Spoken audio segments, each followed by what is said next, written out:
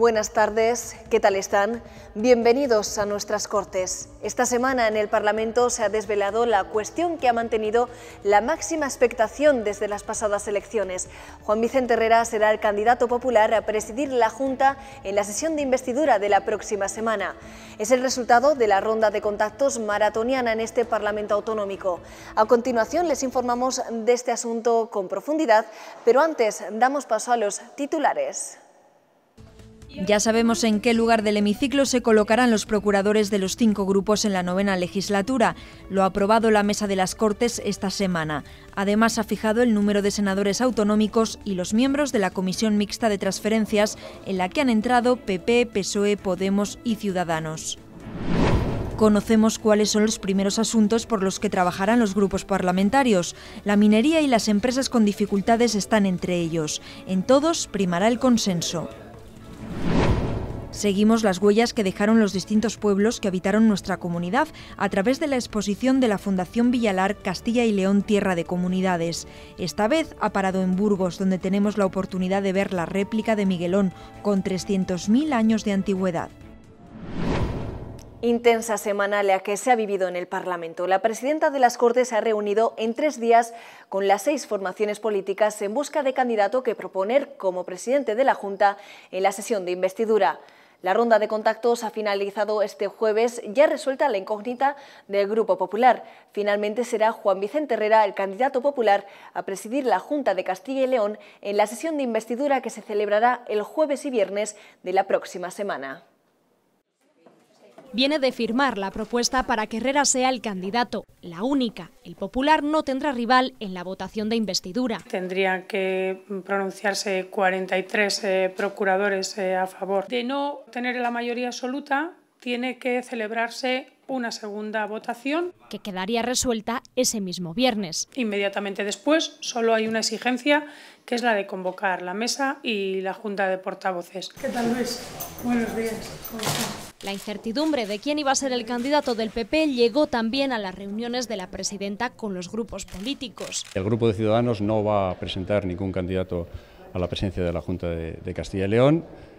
Hemos preguntado si ya hay candidato. Una vez aclarado y sellado el pacto, el portavoz del PP solo tenía que cumplir el trámite de entregar la propuesta a la presidenta del Parlamento. Nuestro sentimiento es de ganas y de compromiso para que cuanto antes pueda comenzarse la legislatura, pueda comenzarse el trabajo ordinario que tenemos por delante y podamos llevar a cabo el cumplimiento de nuestro programa electoral, que es un programa electoral que también se va a enriquecer con la suma de acuerdos y pactos al que se lleguen con otros partidos políticos. De momento Ciudadanos, porque el apoyo de UPL depende de lo que digan los militantes. Su procurador aclaraba con Clemente detalles técnicos del funcionamiento de la Cámara. Estamos hablando de un escenario político diferente, donde existen muchos grupos políticos y donde realmente el funcionamiento habitual en los últimos años va a cambiar muchísimo, ¿no? José Sarrión, el nuevo procurador de Izquierda Unida, será el otro integrante del grupo mixto.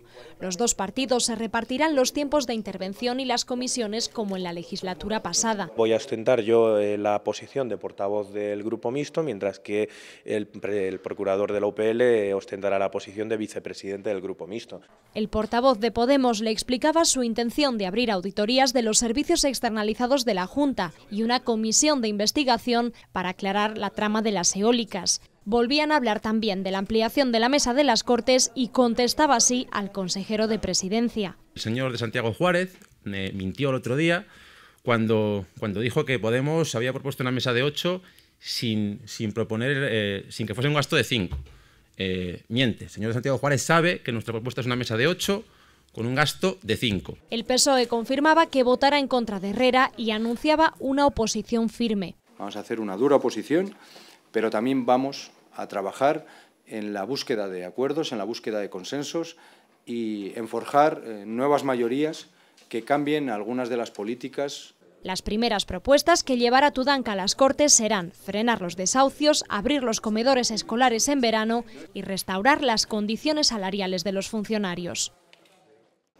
Será el quinto mandato al que opte Juan Vicente Herrera como presidente de la Junta de Castilla y León. Él mismo ha zanjado la incertidumbre de las últimas semanas. Herrera ha reconocido que era una reflexión que tenía que hacer. Eso sí, asegura que ha tomado la decisión con todas las consecuencias y que no existe ningún plan alternativo. Herrera es ya el candidato del Partido Popular para la sesión de investidura de la semana que viene y él mismo se encargaba de anunciarlo. El portavoz del Grupo Parlamentario Popular, en el trámite de consultas, propondrá para la investidura como presidente de la Junta de Castilla y León a quien tiene el honor de hablarles, a Juan Vicente Herrera Campo. Lo hace como él había insistido una y otra vez, una vez garantizada la estabilidad, la gobernabilidad y el futuro de Castilla y León. Desde luego ser coherente, porque usted me ha escuchado decir que la preocupación y la prioridad eran garantizar lo que hoy garantizamos a través de este acuerdo. Y lo hace escuchando el mandato de las urnas, que situaron al Partido Popular como primera fuerza, aunque sin mayoría absoluta. Pero que esta comunidad hay que gobernarla. El presidente del Gobierno, con el que estos días ha hablado y mucho también del carbón, ha pesado en la decisión. El presidente Rajoy ha tenido una parte importante tanto en el impulso como en en definitiva el ánimo a la decisión final. Un compromiso con Castilla y León firme, como la trayectoria del presidente con la comunidad. Yo asumo esta responsabilidad sin ningún tipo de plan B, sin ningún tipo de reserva y, por lo tanto, a todos los efectos. Un contrato, pues, para los próximos 4 años, porque Castilla y León sigue siendo su principal referencia. Juan Vicente Herrera contará con la abstención de Ciudadanos en la sesión de investidura, algo necesario para facilitar su reelección como presidente de la Junta de Castilla y León. A cambio, PP y Ciudadanos han firmado un pacto que no es un acuerdo de legislatura, pero que contempla una serie de medidas, la mayoría de regeneración democrática. El miércoles por la tarde se firmaba este acuerdo programático que pasa por 31 puntos. 16 son compromisos de transparencia y regeneración, 9 para consolidar la recuperación económica y 6 relacionados con los servicios esenciales. Garantiza una abstención en la votación de investidura, pero nada más. No estamos hablando de ningún acuerdo o pacto de legislatura, ni tampoco de la participación de Ciudadanos en los órganos de gobierno. Hombre, no les puedo ocultar en este punto que a nosotros nos hubiera gustado algo más. Y en aras de la lealtad con la que se ha desarrollado el trabajo a lo largo de estas semanas, yo sí quiero recordar que justo en el primer encuentro después del momento electoral, ese fue precisamente nuestro primer ofrecimiento. Esta firma obliga a medidas que dependen del Parlamento regional, como limitar los mandatos del presidente y los consejeros de la Junta a 8 años, que ser alcalde de un ayuntamiento de más de 20.000 habitantes sea incompatible con el cargo de procurador, que los cargos públicos no puedan recibir remuneraciones de sus partidos, que las empresas públicas sean auditadas por una entidad independiente o que se rebaje de nuevo el tramo autonómico del IRPF en 2016. Es coherente, decía Herrera tras la firma, y cómodo para el Partido Popular, que además buscaba un acuerdo de legislatura con UPL que garantizase la gobernabilidad. PP y los leonesistas alcanzaban horas antes ese principio de acuerdo a falta del visto bueno de los militantes de UPL. Las horas previas a la firma se convertían en un ir y venir de encuentros y aclaraciones, porque ese paso adelante de los populares provocaba un paso atrás de Ciudadanos poco antes de sellar el acuerdo. Sabemos que es legítimo que el Partido Popular tenga la posibilidad de buscar otros acuerdos en otros partidos políticos y en lo único que nosotros no estamos absolutamente de acuerdo es que se antepongan los intereses de una pequeña parte de la comunidad, como dijimos esta mañana, al resto. Se nos ha tranquilizado en ese sentido, por lo tanto nosotros no tenemos nada que objetar a esos acuerdos. El documento además prevé que desde Castilla y León se impulse la reforma de la ley electoral para lograr un sistema de listas abiertas o que se establezca una tabla salarial para cargos públicos, aunque en estos casos la última palabra la tiene el Gobierno central.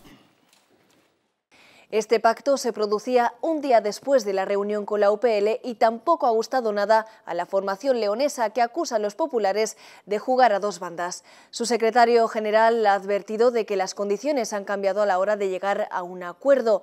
El apoyo a la investidura de Herrera dependerá de lo que determine el Comité Ejecutivo y sus militantes a principios de la próxima semana.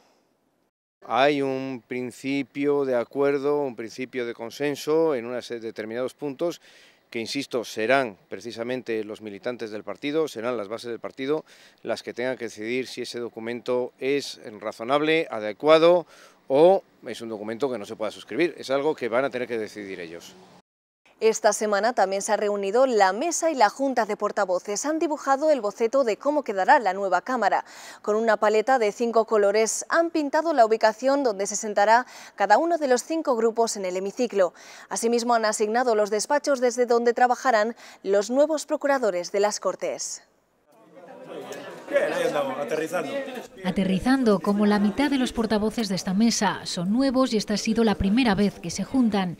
La mesa nunca ha estado tan llena. Se han añadido sillas para Ciudadanos y Podemos. Ha sido todo según lo previsto, según el orden del día, con una participación muy constructiva por parte de cada uno, con posiciones de encuentro, por lo tanto yo solo les puedo decir que estoy muy satisfecha. Esta vez ha sido fácil porque solo han tenido que organizarse. En cuanto pues, a la asignación de escaños, a la asignación de espacios, bueno, pues que también satisfagan las necesidades de trabajo que tienen en cada uno de los grupos parlamentarios. Esta es la distribución del nuevo hemiciclo. Los procuradores de Podemos se ubican en 10 escaños, antes ocupados por los populares. El grupo mixto se mantiene en la misma fila que en la legislatura anterior, pero en el lado izquierdo. El derecho es de Ciudadanos. PP y PSOE vuelven a su misma bancada. La mesa también ha aprobado la composición de la Comisión Mixta de Transferencias. Es el órgano que asesora a la comunidad a la hora de transferir competencias, funciones o personal del Estado a Castilla y León. Además de los vocales estatales, habrá otros 8 de nuestra comunidad, con alto grado de representatividad. 4 serán del Grupo Popular, 2 del Socialista, 1 de Podemos y otro de Ciudadanos. Este lunes también se han repartido los 3 senadores autonómicos que corresponde designar al Parlamento de Castilla y León, en proporción al número de miembros de cada grupo, tal y como recoge el Estatuto de Autonomía. 2 para el Grupo Popular y 1 para el Socialista. En julio se aprobarán en pleno estas designaciones. Tras esta primera junta de portavoces, conocemos cuáles son las prioridades de los grupos en esta 9ª legislatura. La situación de la minería, los servicios públicos de calidad o el empleo en las empresas con dificultades serán los primeros asuntos por los que trabajarán desde el Parlamento regional. Todo esto con el consenso como telón de fondo. Constituidas las Cortes, los grupos se ponen en marcha para trabajar por las que ahora mismo son sus prioridades. El Grupo Popular las basa en su propio programa de gobierno. Trabajar para impulsar la recuperación económica y el empleo, garantizar unos servicios públicos de calidad y avanzar en la calidad democrática en Castilla y León. Prioridades que sin mayoría absoluta abren a la aportación del resto de grupos. Es un programa de gobierno que a nosotros nos sirve de referencia, pero sin duda se va a incorporar pues, con ideas y aportaciones de otros grupos a lo largo de la legislatura y por tanto este es el desafío. Lo más inmediato para el Grupo Socialista pasa por llevar a la Cámara propuestas relacionadas principalmente con los servicios básicos de la comunidad. Lo más urgente es que se ponga en funcionamiento ya las Cortes de Castilla y León para aprobar nuevas iniciativas, nuevas normas que beneficien, que solucionen algunos de los problemas muy graves, muy urgentes que tienen los castellanos y leoneses en materia de minería, en materia de vivienda, en materia de comedores escolares, en materia de sanidad pública, en materia de empleo. El empleo también es la prioridad para Podemos, como también lo es redefinir el modelo de producción de Castilla y León.